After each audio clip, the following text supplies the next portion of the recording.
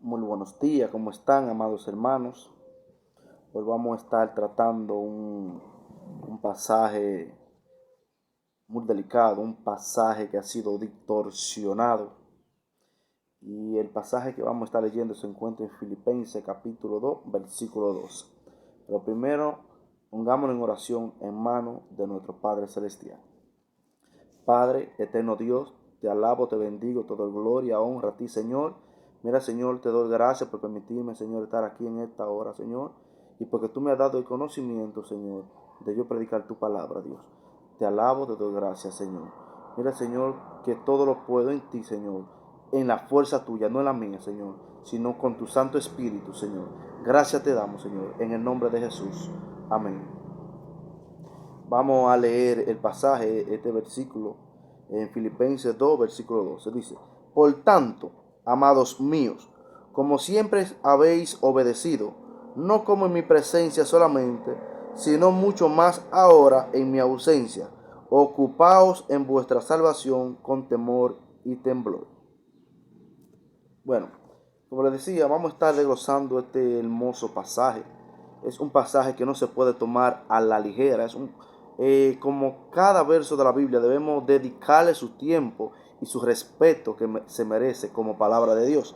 No debemos dar una interpretación a la ligera, solamente decir porque pienso, no. Debemos tomar en cuenta la palabra de Dios y respetar ese orden con que ha sido inspirado y establecida la palabra sagrada. Amén.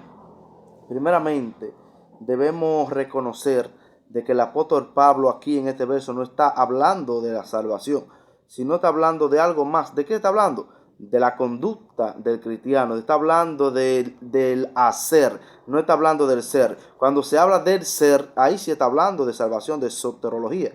Pero cuando el escritor pone énfasis en lo que en el hacer, no está hablando de salvación, porque la salvación no es por obra. Cuando aquí el apóstol Pablo está poniendo el énfasis en el hacer, o sea, en el obrar, en la obra del creyente, no está dando a entender de que la salvación se gana por mis méritos. No, nadie se gana su salvación por mérito propio. Otros utilizan este pasaje para hablar de pérdida de salvación, donde el pasaje no está hablando de nada de eso.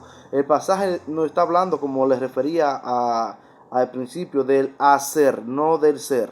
Amén. Cuando el pasaje está hablando de salvación, se va a enfocar en el ser, en la persona. Ok. Ahora, cuando está hablando en el hacer, no se va a enfocar tanto en lo que es el alma, sino se va a enfocar en el que es el hacer, o sea, el obrar del creyente. Ahora bien, cuando dice, por tanto, amados míos, como siempre haber obedecido, no como en mi presencia solamente, sino mucho más ahora en mi ausencia. Porque el apóstol escribe en mi presencia y en su ausencia. ¿Por qué? Cuando él estaba con ellos lo obedecían. El pasaje claro en decir eso. Ahora bien, ¿qué el apóstol Pablo les va a exhortar a los creyentes de Filipenses? A los filipenses. Él le va a exhortar, bueno, recordemos también que el apóstol Pablo aquí está preso, está en prisión. El apóstol lo que le está llamando la atención, bueno, yo puedo ir a vosotros, pero tampoco debe recordar que como puedo ir, también no puedo salir, puedo morir. El apóstol mismo lo describe en su misma carta, donde que él está preso y que tiene deseo de partir y estar con Cristo, el cual es muchísimo mejor, pero tiene deseo de quedar aquí en la tierra por a beneficio de ellos y para seguir obrando a favor del evangelio. Amén. Por eso el apóstol pone tanto énfasis aquí en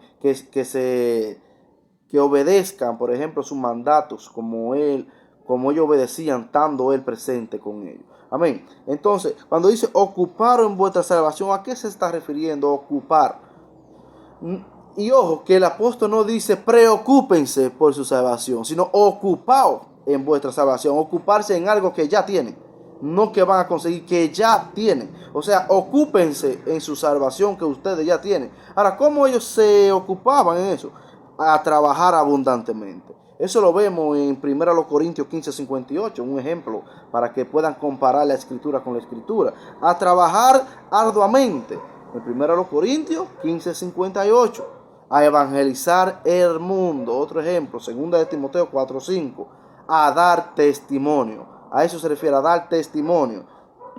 Vamos a leer el contexto. Dice, por tanto, amados míos, como siempre habré obedecido, no como en mi presencia solamente, sino mucho más ahora en mi ausencia, ocupado en vuestra salvación con temor y temblor, porque Dios es el que produce en vosotros el querer como el hacer por su buena voluntad. ¿Escuchó eso? El querer como el hacer, dando a entender de que tampoco el obrar del creyente no es una mera casualidad tuya, sino que Dios produce ese querer como el hacer en ti también. ¿Por qué? Porque aún las obras que nosotros hacemos son obras creadas por Dios para que nosotros los creyentes nos ocupásemos en ellas. Las obras que nosotros los creyentes hacemos no dependen de nosotros tampoco, sino que Dios las creó para que nosotros anduviésemos en ella. Por tanto, las obras que usted hace no son suyas tampoco.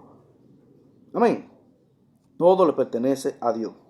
Dice el verso 13, porque Dios es el que en vosotros produce y querer como Él hacer por su buena voluntad. Si estuviese hablando de salvación, Dios quiere que la gente se pierda. No, la voluntad de Dios es que todo el mundo sea salvo. Pero Dios se está enfocando aquí al obrar del creyente. Vuelve el verso 14 y dice, hacer. Vuelve y hace el énfasis en el hacer, no en el ser, en el hacer. Hacer todo sin murmuraciones y contienda. ¿Por qué Pablo le dice eso?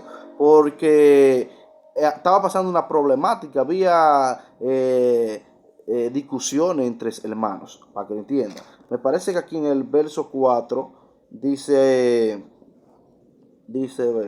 si no me equivoco aquí, vamos a ver. Ok, verso 4, para que entienda de que, ¿por qué Pablo dice hacer todo sin murmuración ni contienda? Dice el verso 1, así que, 4:1, así que hermanos míos amados y deseados gozo y corona mía, está siempre firme en el Señor, amados.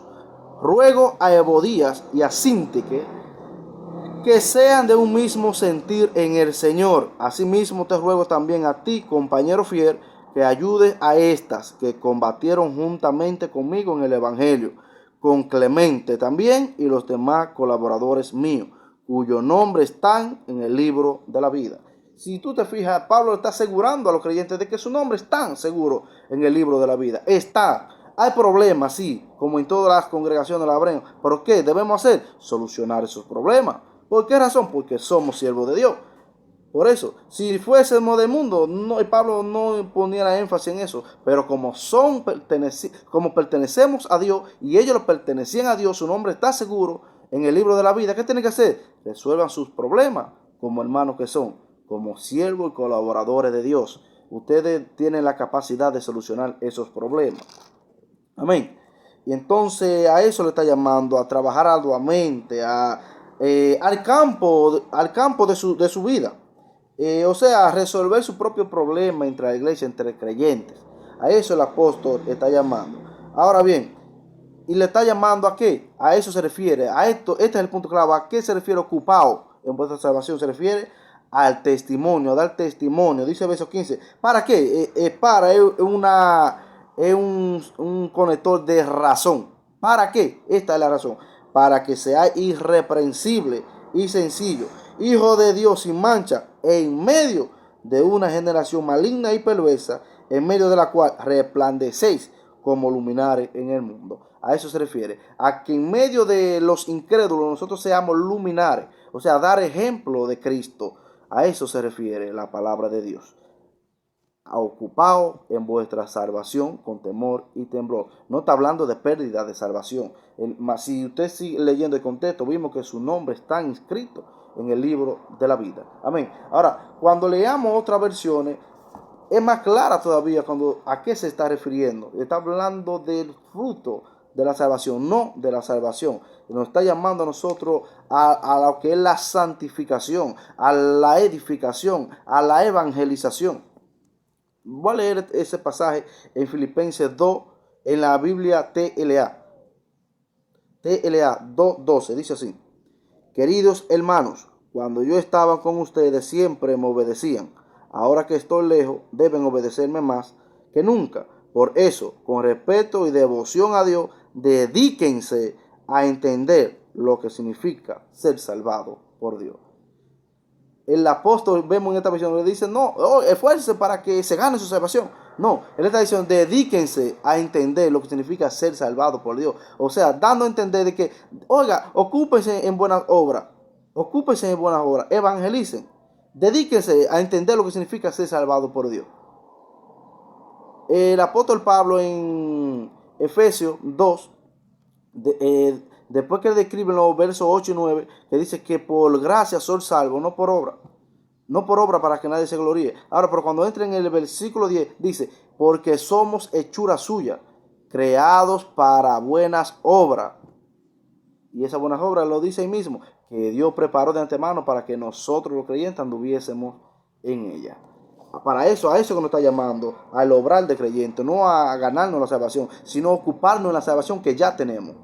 A eso se refiere. Un incrédulo no puede ocuparse. ¿Por qué? Porque no tienen que ocuparse.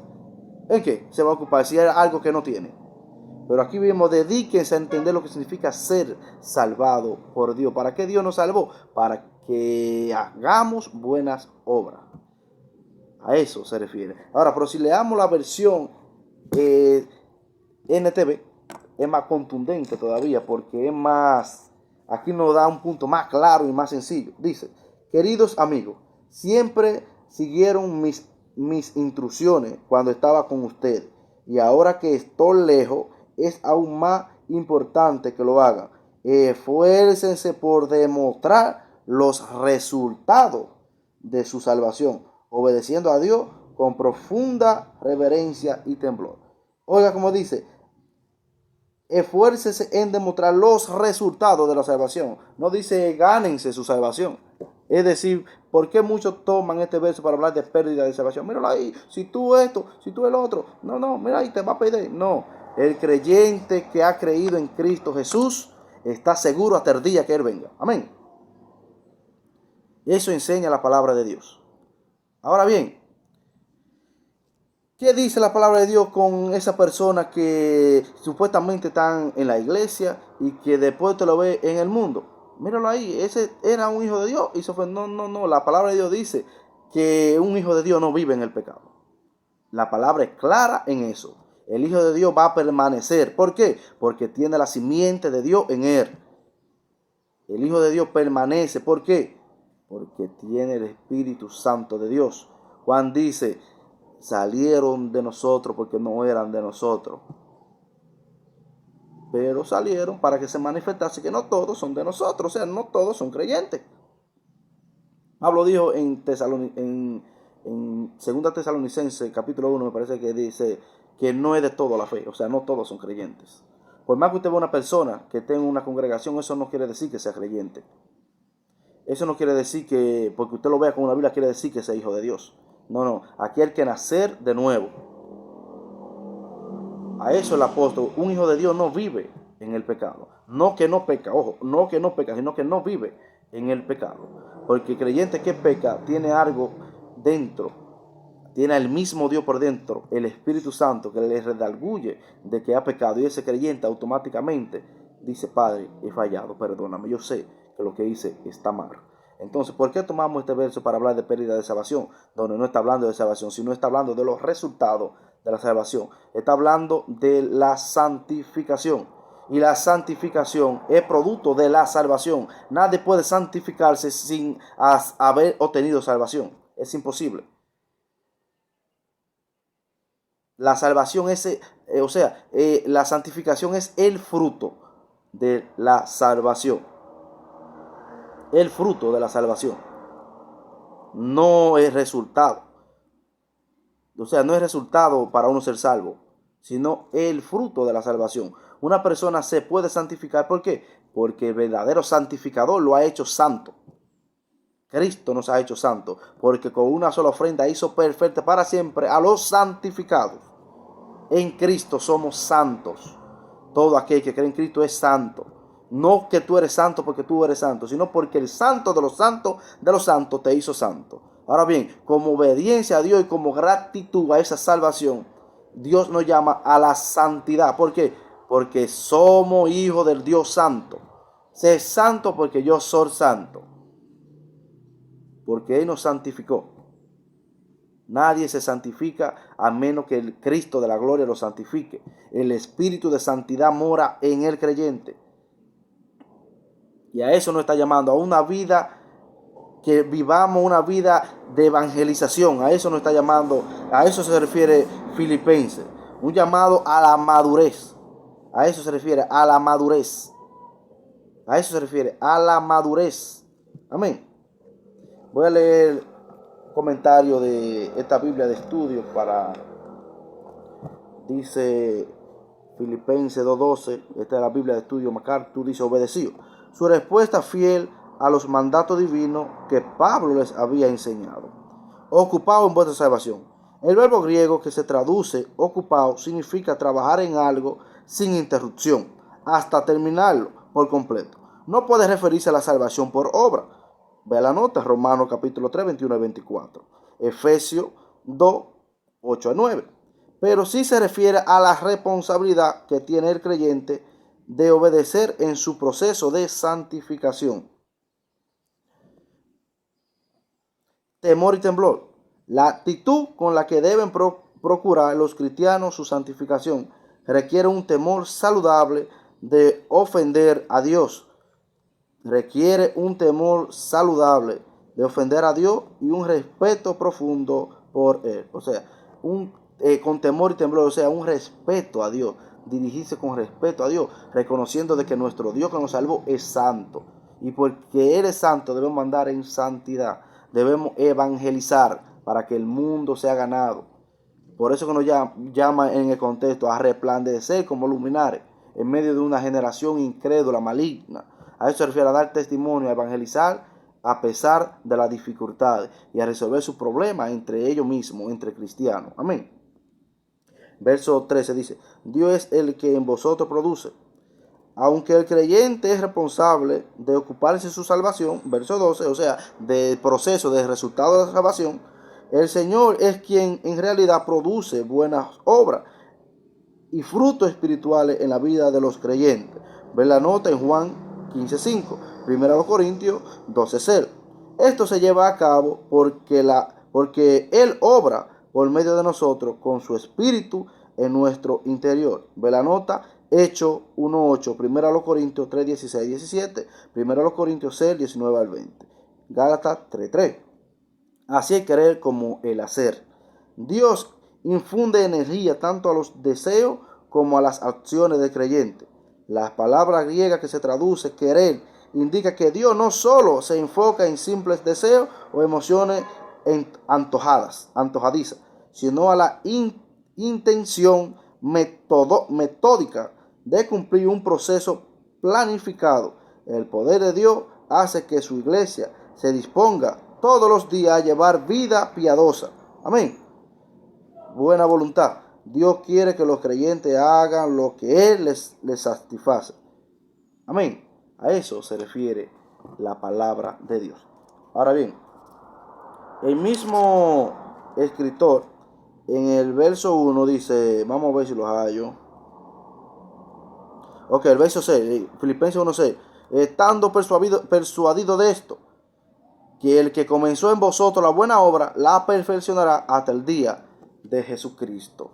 Cristo nos ayuda. El Espíritu Santo ayuda al creyente hasta el día de la redención. Todo cristiano puede vencer. Ha vencido, ¿por qué? Porque la simiente de Dios mora en él. Ahora, los que no vencen, ¿por qué? Porque no tienen al Espíritu Santo. Nunca son de Dios. No han sido ni nunca son de Dios. Leamos el comentario de la Biblia de Estudio Teológico. Los filipenses han obedecido en el pasado. Comparación, obediencia de Cristo en el verso 8.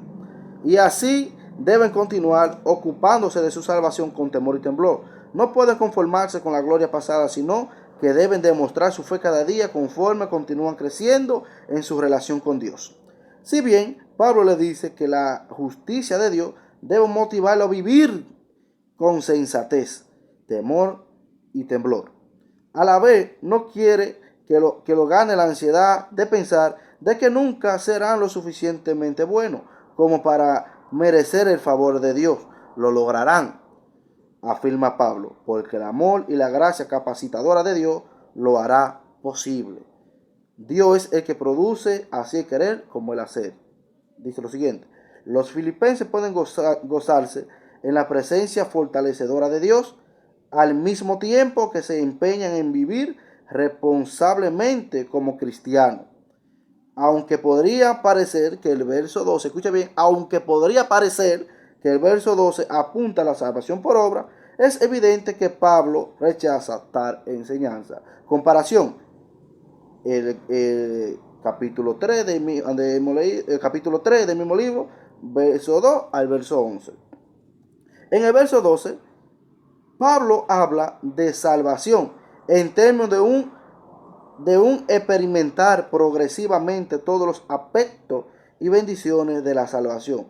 En este sentido, perseverar en la obediencia es parte inherente del ocuparse de su salvación. Pero como lo expresa el verso 13, esta acción son consecuencia del obrar de Dios en medio de su pueblo. A un deseo de hacer el bien, el querer procede de Dios que obra en el creyente y provee oportunidad concreta de hacer el bien, a fin de que su deseo se plasme en acción. Sobre el temor de Dios, ve la nota en Hechos 5 y Hechos 9:31. Hechos 5:5 y Hechos 9:31. Como vimos, amados hermanos, el texto es claro. No está hablando de salvación y mucho menos está hablando de pérdida de salvación. Como podemos observar en el texto, Pablo está hablando y dirigiéndose en el hacer, no en el ser, en el hacer, en el ocuparse. Me gusta mucho el comentario de cómo traduce la versión Nueva Traducción Viviente, NTV, porque es muy enfática en decir, o sea, los resultados de su salvación. Y voy a cerrar con este verso de nuevo. Amén. Lo voy a cerrar con la versión NTV. Queridos amigos, siempre siguieron mis instrucciones cuando estaba con ustedes. Y ahora que estoy lejos, es aún más importante que lo hagan. Esfuércense por demostrar los resultados de su salvación. Los resultados de su salvación obedeciendo a Dios con profunda reverencia y temor. ¿Cómo obedecemos a Dios? Con temor y temor, con reverencia. Un respeto hacia Dios. Obedeciendo a Dios su mandato, evangelizando, dando testimonio entre los incrédulos. A eso nos llama la palabra de Dios. Dios te bendiga en el nombre poderoso de Jesús. Y espero que este video haya sido de edificación en el nombre de Jesús. Y recuerda lo que dice la palabra de Dios en 2 Corintios. Porque nada podemos hacer contra la verdad, sino por la verdad. Debemos defender la verdad, aunque nos cueste lo que nos cueste. Dios te bendiga en el nombre de Jesús. Amén.